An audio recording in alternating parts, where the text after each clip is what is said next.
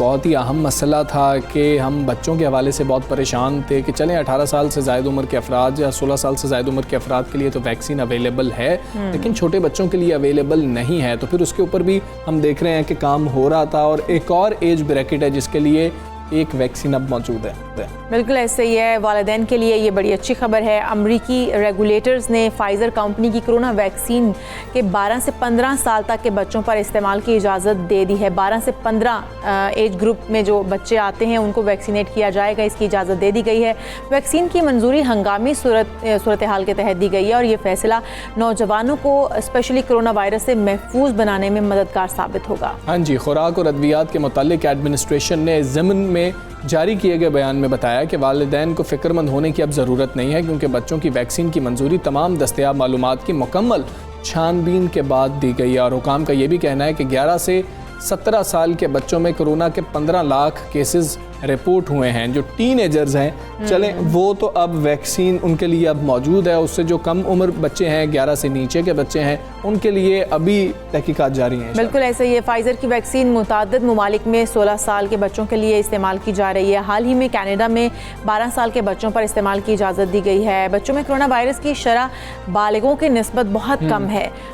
हुकाम का कहना है कि अगले मरहले में तहकीकात की जा रही है कि फ़ाइज़र की वैक्सीन 6 से 11 साल के बच्चों के लिए भी मौसर है या नहीं, इस पर भी तहकीक की जाए ताकि 6 से 11 साल के बच्चों को भी वैक्सीनेट जल्द से जल्द किया जा सके। ऐसा में नीचे आना ही होगा हमें। आपको पता है हर्ड इम्यूनिटी की जाने बढ़ना है और फिर पूरी दुनिया से इस कोरोना वायरस का खात्मा हम चाहते हैं, तो इसके लिए ये रिसर्च होना, वैक्सीन अवेलेबल होना बहुत ज़्यादा ज़रूरी है। बात करेंगे, हमारे साथ इस वक्त मौजूद इमरान शरीफ साहब, असिस्टेंट प्रोफेसर एरिज़ोना यूनिवर्सिटी में। डॉक्टर साहब अस्सलाम वालेकुम, गुड मॉर्निंग। टीनेजर्स में आम तौर पर हम देख रहे हैं कि कोरोना की अलामात उस तरह से ज़ाहिर नहीं हो रही थी, कैरियर थे। अब हम फाइज़र की इस वैक्सीन के बाद ये समझें कि अब टीनेजर्स भी महफूज होंगे, वैक्सीन लगवा सकेंगे। अस्सलाम वालेकुम, गुड मॉर्निंग। सो पहले तो बहुत शुक्रिया, thank you for the invitation. ये जो इमरजेंसी यूज ऑथराइजेशन जिसको हम EUA कहते हैं, जो अप्रैल 9 को US में अप्रूव हुई है फाइजर बायोटेक की वैक्सीन एज 12 to 15 ब्रैकेट, ये बहुत अच्छी खुशखबरी है टीनेजर्स के लिए, फैमिलीज़ के लिए। क्योंकि अगर आप देखें तो बच्चों की नशोनुमा के लिए स्कूल जाना उनका बहुत ज़रूरी है, और जब आप स्कूल बंद कर देते हैं और लॉकडाउन शुरू हो जाता है तो उसकी वजह से उनके अंदर सोशल आइसोलेशन, एंजाइटी, डिप्रेशन शुरू हो जाता है। तो ये वैक्सीन जो है 100% इफ़ेक्टिव है, जो कि ऐसा कभी देखने में नहीं आया कि कोई वैक्सीन भी इतनी इफ़ेक्टिव होगी।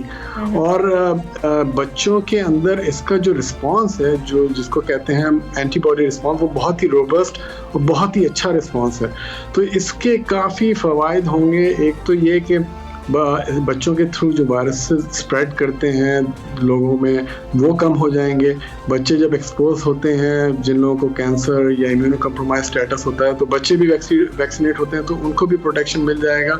तो ये विन विन सिचुएशन है हर तरह से, टीनेजर्स के लिए, उनके पेरेंट्स के लिए, स्कूल्स के लिए। और दूसरा, बच्चे अब ओपनली स्पोर्ट्स में भी इन्वॉल्व हो सकेंगे। जैसे पाकिस्तान में तो क्रिकेट, फुटबॉल हो गई, यहाँ पर बास्केटबॉल हो गई, अमेरिकन फुटबॉल हो गई, तो वो सारी चीज़ें। अच्छा डॉक्टर इमरान, क्या फाइज़र के अलावा भी किसी वैक्सीन पर काम किया गया है कि वो भी तमाम उम्र के नौजवानों को लगाने की इजाज़त मिली है? किसी वैक्सीन के हवाले से काम हुआ है? जी, बड़ा अच्छा सवाल किया आपने। इस पर काफ़ी 2-3 और कंपनीज हैं जो कि इसी सिलसिले में काम कर रही हैं। मॉडर्ना का जो रिपोर्ट है और उनकी जो रिसर्च का डेटा है, वो अगले 2-3 हफ्ते में अवेलेबल होगा। तो मोस्ट लाइकली मॉडर्ना भी, आपको पता है कि एडल्ट्स के अंदर 94% इफेक्टिव थी और अब तक हमें कोई साइड इफ़ेक्ट या कोई प्रॉब्लम नज़र नहीं आई है। तो विद इन आई थिंक जून के मिडल तक हमें मोस्ट लाइकली मॉडर्ना का डेटा भी आ जाएगा। मोस्ट लाइकली वो इमरजेंसी यूज ऑथराइजेशन भी इसकी मिल जाएगी। तो ये सारी बहुत अच्छी अलामात हैं। और जहाँ तक आप जो डिस्कस कर रहे थे इससे कम उम्र के बच्चों का, तो उसके ऊपर भी फाइज़र ने रिसर्च शुरू कर दी। और जिस तरह एडल्ट में, टीनेजर्स में फाइज़र ने इतना अमेजिंग काम किया है, मेरा ख्याल है कि वो एक्सपेक्टेशन यही है कि इसी साल के एंड तक उनका रिजल्ट आ जाना चाहिए, एज 7 से 11 ईयर्स तक। और इसमें एक चीज़ मैं अपने जो नाज़रीन हैं उनको कहूँगा कि कुछ लोगों ने मुझसे सवाल पूछा कि अब अगर आप वैक्सीन बच्चों को लगवाते हैं तो इसका क्या इम्पैक्ट है, क्या साइड इफ़ेक्ट वगैरह हैं। जो चीज़ें पेरेंट्स को पता होनी चाहिए, वो बड़ी कॉमन साइड इफ़ेक्ट है, फीवर, चिल्स, बॉडी एक, शोल्डर पेन। लेकिन जहाँ तक लॉन्ग टर्म इफेक्ट है वो एक बहुत अच्छा सवाल है जिसका किसी के पास जवाब नहीं है कि आगे जाके कुछ इसकी वजह से प्रॉब्लम हो सकता है नहीं, जो अननोन है, और वी डोंट एक्सपेक्ट कि कोई प्रॉब्लम होगा, लेकिन है कि इस चीज़ का हमारे पास जवाब नहीं है। ठीक है डॉक्टर साहब, हमें ये भी बताइएगा, आपने 6 से 11 के हवाले से भी एड्रेस कर लिया, अब नौमौलूद से लेकर 6 साल से कम उम्र तक जो बच्चे हैं उनके हवाले से कोई तहकीकात हो रही हैं या अभी हम उस मरहले में दाखिल नहीं हुए? जी हाँ, उस पर भी तहकीकात जो है वो शुरू हो गई हैं। तो ये ये रहा है कि ये कंपनीज, फार्मास्यूटिकल कंपनीज बैचेस ले रहे हैं, एक छोटा ग्रुप लेते हैं, फिर उसके ऊपर ये रिसर्च करते हैं, उसके बाद और नीचे जाते हैं क्योंकि जो हाई एक्यूटी जिन लोगों को ये बीमारी बहुत शदीद होती है, वो एल्डरली होती है, फिर मिडिल एज, फिर यंगस्टर, अब वो टीनेजर में इस कोविड की जो शिद्दत है, अगर वो इन्फेक्शन होती है तो बहुत कम होती है, तो टीनेजर्स के ऊपर गए, अब वो उससे नीचे जाएंगे, क्योंकि जो छोटे बच्चे हैं उनमें अगर इन्फेक्शन होती भी है तो ये जानलेवा नहीं होती, ये ऐसे होता है जैसे किसी को बुखार हो गया, फ्लू की तरह के सिम्टम्स हो गए, तो वो आहिस्ता आहिस्ता उस एज की तरफ जा रहे हैं। और एक अच्छी चीज़ जो आप लोगों ने कहा वो थी एक हर्ड इम्यूनिटी, क्योंकि अगर हम तो तमाम एडल्ट्स को वैक्सीन अगर हम लगा देते हैं हम तब भी हर्ड इम्यूनिटी रीच नहीं कर सकते। टीनेजर्स को इन्वॉल्व करना हर्ड इम्यूनिटी रीच करने के लिए बहुत ज़रूरी है, क्योंकि टीनेजर्स और ये जो यंगस्टर हैं ऑलमोस्ट 23% ऑफ द पॉपुलेशन है, और पाकिस्तान में तो ऑब्वियसली ज़्यादा है, जो वेस्ट ममालिक हैं उसमें थोड़ा कम है, तो ये बहुत इंपॉर्टेंट ब्रेक थ्रू है। अच्छा डॉक्टर साहब, हमने देखा कि अमेरिका में मिलियंस की तादाद में लोग वैक्सीनेट हो चुके हैं, इसका क्या इम्पैक्ट अभी तक आप देख रहे हैं? कोरोना क्या ख़त्म होता हुआ नज़र आ रहा है वहाँ से?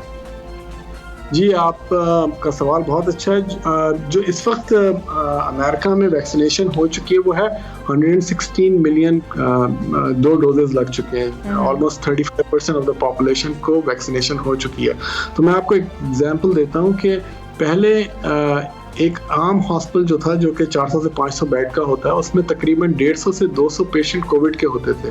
अब इस वैक्सीनेशन की वजह से उसका नंबर जो है वो 10 से कम हो गया है, यानी 1 से लेकर 10 तक पेशेंट, 1 से 10 या तो 4, 5, 6, 10 पेशेंट हैं हॉस्पिटल में। एक ज़माने में जिस वक्त ये पीक पर था वो था दिसंबर, जनवरी एंड फरवरी, उस वक्त हमारे यहाँ कोई 150 से 200 कोविड के, और आईसीयूज़ जो थे वो ओवरफ्लो हो रहे थे, उसमें तकरीबन 50 या 60 पेशेंट और मोस्ट ऑफ द हॉस्पिटल होते थे, और अब जो है मुश्किल से एक पेशेंट भी आईसीयू में आपको मिलता है। तो ये वैक्सीनेशन का बहुत मेजर इम्पैक्ट है। अब अमेरिका ने 35% वैक्सीनेशन कर दी, लेकिन अगर आप दुनिया में देखें तो इस वक्त खाली 4.1% पॉपुलेशन दुनिया की जो है उसको वैक्सीनेशन मिला है। तो हमें जो ग्लोबली इस चीज़ के ऊपर बहुत काम करना पड़ेगा। और एक अच्छी खबर जो पाकिस्तान के लिए है वो ये कि कोवैक्स ने 100,000 फाइजर की डोजेज अप्रूव की हैं, जो कि पाकिस्तान में अगले महीने मिल जाएंगे। उसके अलावा एस्ट्राजेनेका की कोवैक्स ने 2.5 मिलियन एलोकेट की हैं, जो कि जून तक मिल जाएंगे। तो हमें इसके ऊपर थोड़ा और एग्रेसिवली काम करना पड़ेगा। बिल्कुल ठीक है डॉक्टर इमरान शरीफ, बहुत शुक्रिया आपका। सबसे से आप बात कर रहे थे, और बहुत ज़रूरी है कि हम खुद को वैक्सीनेट करें, और हमें एक दूसरे को मनाना भी है इसमें, क्योंकि हमारे बहुत ज़्यादा जो है ना कंसर्न्स होते हैं, हम लोग हेजिटेट कर रहे होते हैं कुछ बातों की वजह से, लेकिन हमें एक दूसरे को मनाना है, कहना है कि जी नहीं, वैक्सीन लगवानी है, और इसके अलावा हमारे पास कोई हल मौजूद नहीं है। आगे बढ़ते हैं हमजा। बच्चों का मामला जो है वो हर पेरेंट जो वो यही सोच रहा होता है कि हमारे बच्चों को हम स्कूल में भेज रहे हैं, कहीं उनको अब्यूज़ ना किया जा रहा है, कहीं उनको सख्त उनके साथ रवैया ना इख्तियार किया जाए, टीचर्स जो हैं वो उनको प्यार से पढ़ाएं, प्यार से सिखाएं। तो सिंध काबीना में तालीमी इदारों के हवाले से बच्चों को जो सज़ाएँ देनी थी उसके ऊपर सज़ाओं से बचाने के लिए बिल मंजूर कर लिया गया है। सिंध काबीना में ये पेश किए गए बिल के तहत तालीमी इदारों में बच्चों को सज़ा देना जिस्मानी हो, ज़हनी हो या जज्बाती, ये नुकसान पहुंचाने के मुतरादिफ होगा और इसे जुर्म कहा गया है। हाँ जी, और कानून के तहत बच्चों को जिनसी इस्तेसाल करने के खिलाफ भी सख्त सज़ा तजवीज़ की गई है। जो रूल्स हैं ये पास किए गए हैं, गुज़श्ता रोज़ ट्वीट किया गया जिसमें बताया गया कानूनी एक्ट में तालीमी इदारों में मदारिस को भी शामिल किया गया, जबकि तमाम तालीमी इदारों में चाइल्ड प्रोटेक्शन कमेटी जो है वो कायम की जाएगी। और इस हवाले से एक हेल्पलाइन जो है वो भी तश्कील होगी उसकी, और कमेटी में इदारे का सरबरा, रुकन इंतज़ामिया और वालिदैन के नुमाइंदों को भी शामिल कर लिया जाएगा। बिल्कुल ऐसा ही है। कमेटी सज़ा की शिकायत का जायज़ा लेकर और उसके बाद फिर केस पुलिस को भेजेगी और फिर महकमा school education Sindh child protection authority कायम करेगी और इस अथॉरिटी में एक हेल्पलाइन नंबर दिया जाएगा 1121।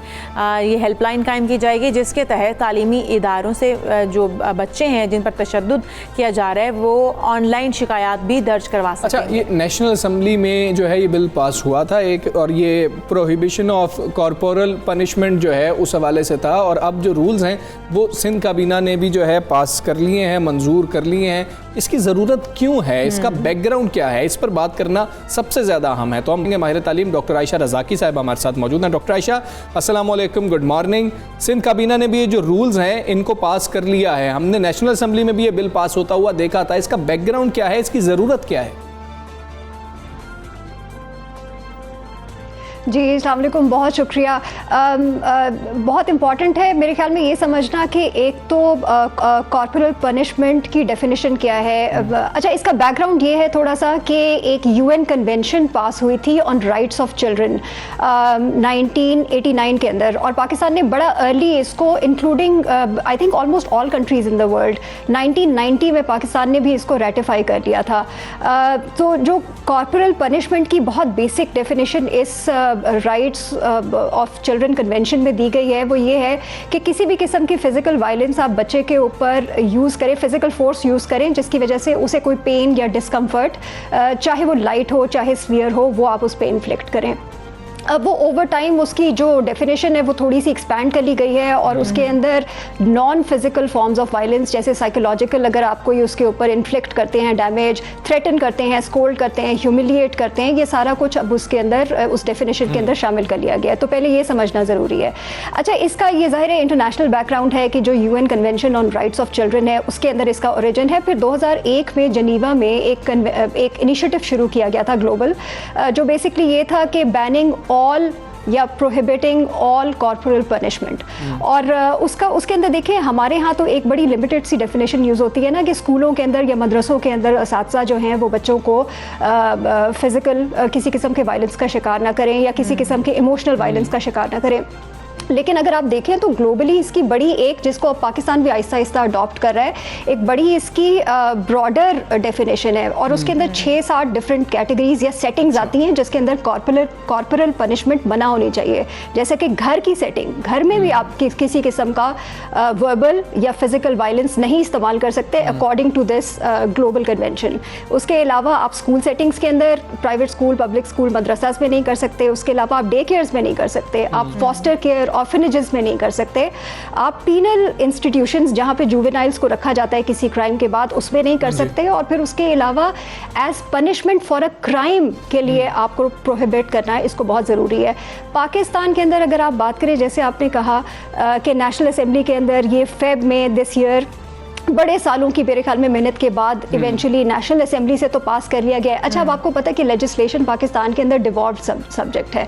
ऐसा नहीं है कि फेडरल अगर गवर्नमेंट ने इसको पास कर लिया तो फिर उसके बाद पूरे मुल्क पे इसका इतलाक हो गया। हर सूबे को अपनी लेजिस्लेशन करनी है। जैसे कि सिंध ने अपनी लेजिस्लेशन 2017 में कर ली थी, रूल्स ऑफ बिजनेस अब बनाए हैं। असेंबली ने यहाँ पर इस्लामाबाद में इसको पास कर दिया। अनफॉर्चुनेटली अभी तक सेनेट के अंदर ये सबमिट नहीं हो सकी क्योंकि गवर्नमेंट की शायद ये वही बात है कि अपोजिशन की क्योंकि मेंबर ने इसको टेबल किया था तो अभी गवर्नमेंट ने उसको एज सच प्रायोरिटी के तौर पर उसको सेनेट के अंदर प्रेजेंट नहीं किया, व्हिच इज वेरी अनफॉर्चुनेट क्योंकि ये उस किस्म का मामला है कि बच्चे सबके हम लोग इस तरह के कवानीन लेकर आते हैं, जैसे कि ये भी एक कानून जो है वो एक्ट लेकर आए, लेकिन क्या आप नहीं समझती कि पहले माशरती इखलाकी तरबियत भी होना बहुत ज़रूरी है? हमें शऊर, हमें आगाही देना बहुत ज़रूरी है कि ये गलत है, बच्चों को इस तरीके से ट्रीट नहीं करना चाहिए।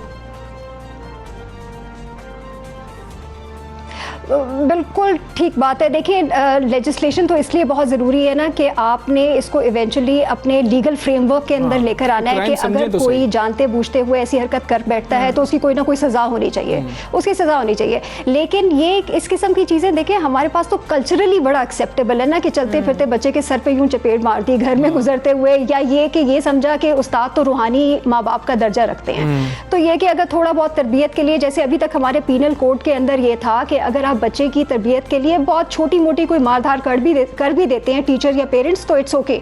अब ये जो हमारी नेशनल असेंबली के अंदर जो बिल प्रेजेंट किया गया है उसके अंदर वो चीज़ भी ख़त्म करने की कोशिश की गई है कि जो पीनल कोड के अंदर प्रोविज़न थी वो भी आप ख़त्म करें और इसको इलीगल करार दें। लेकिन वो आपकी बात बिल्कुल ठीक है, ये एक ऐसी चीज़ है जिसके लिए नॉलेज अवेयरनेस सबसे ज़्यादा ज़रूरी होगी, और उसके बाद एक वो थोड़ा एटीट्यूडनल चेंज के लिए टीचर्स की ट्रेनिंग भी, पेरेंट्स के साथ भी अवेयरनेस सेशंस, ये बहुत ज़रूरी हैं किसी किस्म की तब्दीली लाने के लिए। ठीक है डॉक्टर आयशा, हमें ये भी ज़रा बता दीजिएगा कि एक तो ये है कि हम कोशिश कर रहे हैं कि ये पनिशमेंट जो है इसको रोक दिया जाए, किसी तरह से लोगों को समझाया भी जाए, लेकिन क्या कोई दूसरा ग्रुप भी मौजूद है जो इसके ख़िलाफ़ भी हो पाकिस्तान के अंदर कि नहीं बच्चे तो सीखते ही मार से हैं, बच्चों को अगर मारेंगे नहीं तो वो सीधे कैसे होंगे? मेरे ख्याल में अगर बस सिर्फ पॉलिटिकली इनकरेक्ट अगर कोई नहीं होना चाह रहा होगा तो वो फिर कहेगा कि हाँ नहीं जी ये बिल्कुल इलीगल होना चाहिए। लेकिन to be very honest, informally आप जितने मर्जी पढ़े लिखे लोगों से बात करें या ऐसे लोगों से बात करें जो इतने पढ़े लिखे नहीं हैं, मैंने पाकिस्तान में कल्चरली ये चीज़ देखी है कि छोटा मोटा वायलेंस, छोटी मोटी फिजिकल पनिशमेंट को बुरा नहीं समझा जाता है कि ये बच्चे की डिसिप्लिन के लिए ज़रूरी है। जो बात समझने वाली है पेरेंट्स के लिए खास तौर पे यहाँ पे, क्योंकि देखिए पेरेंट्स से ज़्यादा तो बच्चे का कोई अच्छा नहीं चाह सकता ना, कि अगर आप घर के अंदर कोई छोटा मोटा आपका ख्याल है कि बच्चे को हल्का फुल्का मार दिया या उसकी बेइज्जती कर दी तो शायद उसका कोई बिहेवियर इससे अच्छा हो जाएगा। इनफैक्ट स्टडीज़ एग्जिस्ट करती हैं जो कि इससे कॉन्ट्ररी बात करती हैं। स्टडीज़ कहती हैं कि आपका बच्चा अगर आप उसको इस तरीके से ह्यूमिलिएट या फिजिकल वायलेंस का शिकार करेंगे तो बच्चा पढ़ना लिखना छोड़ देगा, बच्चे के अंदर बिहेवियरल इश्यूज पैदा हो जाएंगे, बच्चे के अंदर इमोशनल इश्यूज पैदा हो जाएंगे, और ये उसके अडल्टहुड में भी जाके ये चीज़ें उसके अपने जो आगे फ्यूचर के रिलेशनशिप्स होंगे उसके अंदर भी नज़र आ सकते हैं। बहुत सारी स्टडीज़ ऐसी दुनिया में हो चुकी हैं, पाकिस्तान के अंदर स्टडीज़ ऐसी हैं जिसमें ये नज़र आता है कि जब स्कूल के अंदर तशद्दुद का बच्चे शिकार होते हैं तो बच्चे ड्रॉप आउट ज़्यादा होते हैं, बच्चों की एकेडमिक परफॉर्मेंस मुतासर होती है, बच्चों के अंदर सुइसाइडल थॉट, एंजाइटी, डिप्रेशन, ये सारी चीज़ें, और ये ज़रूरी नहीं वो आपसे शेयर करें, ये वो अंदर फैसला साजी की जो हिस्सा उस हवाले से भी हम स्टडीज देखते हैं कि वो आता है कि बच्चा फैसला करते हैं, बच्चा कल को शायद कोई फैसला ही नहीं बड़ा कर सकेगा, उसमें परेशान रहेगा। लेकिन अभी तो हम नेशनल असेंबली से बिल पास करवा चुके, ये रूल्स ऑफ बिजनेस बन के सिंध के अंदर, चलें सेनेट का मामला भी नहीं हुआ, उम्मीद करते हैं वो भी हो जाएगा। पाकिस्तान में कवानीन बन जाते हैं डॉक्टर आयशा, लेकिन इम्प्लीमेंटेशन की हम बात करें वहाँ पर अभी तक तो तालीमी इदारों में हम मेयारी तालीम को इंश्योर नहीं कर सके, यकीनी नहीं बना सके। इसको कैसे यकीनी बनाएंगे? उसके लिए हमें कितनी ज़्यादा एफर्ट करनी होगी? अच्छा, ये बड़ा बहुत मुश्किल काम होगा। मेरा अपना ये ख्याल है कि अच्छा बाय द वे ये मैं पढ़ रही थी कि गिलगित बल्तिस्तान के अंदर भी ये एक्ट 2016-17 में पास किया जा चुका है, इम्प्लीमेंटेशन अभी तक वहाँ पर भी नहीं हुई। अब आप सिंध का केस देख लेना कि 4-5 साल से एक्ट बना हुआ है, लेकिन रूल्स ऑफ बिजनेस जब तक आप नहीं बनाएंगे आपको क्या पता ये हेल्पलाइन अभी बन गई एटसेट्रा एटसेट्रा, लेकिन जब ये चीज़ें नहीं होंगी तो जाहिर है इम्प्लीमेंटेशन नहीं होगी। आप यकीन करें कि एक्ट्स बहुत किस्मों के हमारे बने हुए हैं और तालीमी इदारों के हवालों से भी बने हुए हैं, there is no implementation around it. और अगर आप फर्ज करें रूल्स ऑफ बिजनेस भी बना देते हैं, वो अवेयरनेस पहुंचाना लोगों तक कि भाई ये हेल्पलाइन एग्जिस्ट करती है, आप इसको इस्तेमाल भी करें, ये एक बहुत बड़ी, ये एक उस तरह का मामला है जिसके अंदर इनर्शिया बहुत ज़्यादा है, जिसके अंदर मोबिलाइज करना लोगों को, टीचर्स की ट्रेनिंग करना एटसेट्रा, ये बड़ा ओवर डेकेड्स आप कह लें कि ये चेंज आपको कोई नज़र आएगी, अनलेस के हमारे यहाँ तो अनफॉर्चुनेटली मसला ये है ना कि आपके वायलेंस के वाक़यात वो सामने आते हैं जो बहुत बड़े बड़े होते हैं, जैसे कि इनफॉर्मल सेटिंग्स के अंदर फ़र्ज़ करें हमने ये पिछले दिनों बहुत न्यूज़ सुनी है कि किसी मेड को, किसी बच्ची को जो घर में हेल्प के लिए रखा गया है उसको इतना मारा कि वो जान से चली गई, या इतना मारा कि वो आपने फिजिकल अब्यूज़ उसकी जिस्म पे नज़र आ रही है। तो इस किस्म के केसेस तो सामने हो जाएंगे और शायद पीनलाइज भी हो जाएंगे, लेकिन इसके अलावा जो इससे जो कम दर्जे के केसेस हैं वो तो मुश्किल से ही सामने आएंगे, क्योंकि अवेयरनेस ही उसके लिए सबसे बड़ी चीज़ है जो आपने पहले चेंज, एक एटीट्यूडनल, एक नॉलेज शिफ्ट लोगों के अंदर लेकर आना है। बिल्कुल ठीक है। डॉक्टर आयशा रज़ा की बहुत शुक्रिया आपका। सबसे पहले पाकिस्तान साहब बनी बहुत अहम मौजू है और इस हवाले से हमें समझने की सबसे पहले ज़रूरत है कि बच्चे को वो जो कह रही थी चलते फिरते मार लेना, तो हम कुछ समझते नहीं है तो हम मजाक कर रहे हैं बच्चे के साथ। ऐसा ही है। और इससे हम लोग पहले भी एक रिसर्च भी लेकर आए थे जिसमें ये बाकायदा तौर पर बताया गया कि आप बच्चे को जब मारते हैं या फिर उसको शाउट करते हैं उसके ऊपर, तो उसकी जो जहनी तरबियत होनी है या फिर नशोनुमा होनी है वो किसी बाज़ी हद तक रुक जाती है, बच्चा जो है वो उस तरीके से डिसीजन उसकी कैपेसिटी बिल्ड नहीं हो पाती है। तो आप बच्चे के साथ नरमी और मोहब्बत का रवैया इख्तियार करें ताकि बच्चा जो है वो अपने आने वाली ज़िंदगी जो है ना उसमें भी जो आपकी डांट डपट है या मार है उस पर असरअंदाज और ना कल हो। को अपने बच्चों के साथ भी वही रवैया ना रखे कि जो आपने उसके साथ रखा था। चलें हम एक ब्रेक लेंगे, ब्रेक के बाद वापस आएंगे। कहीं मत जाइएगा।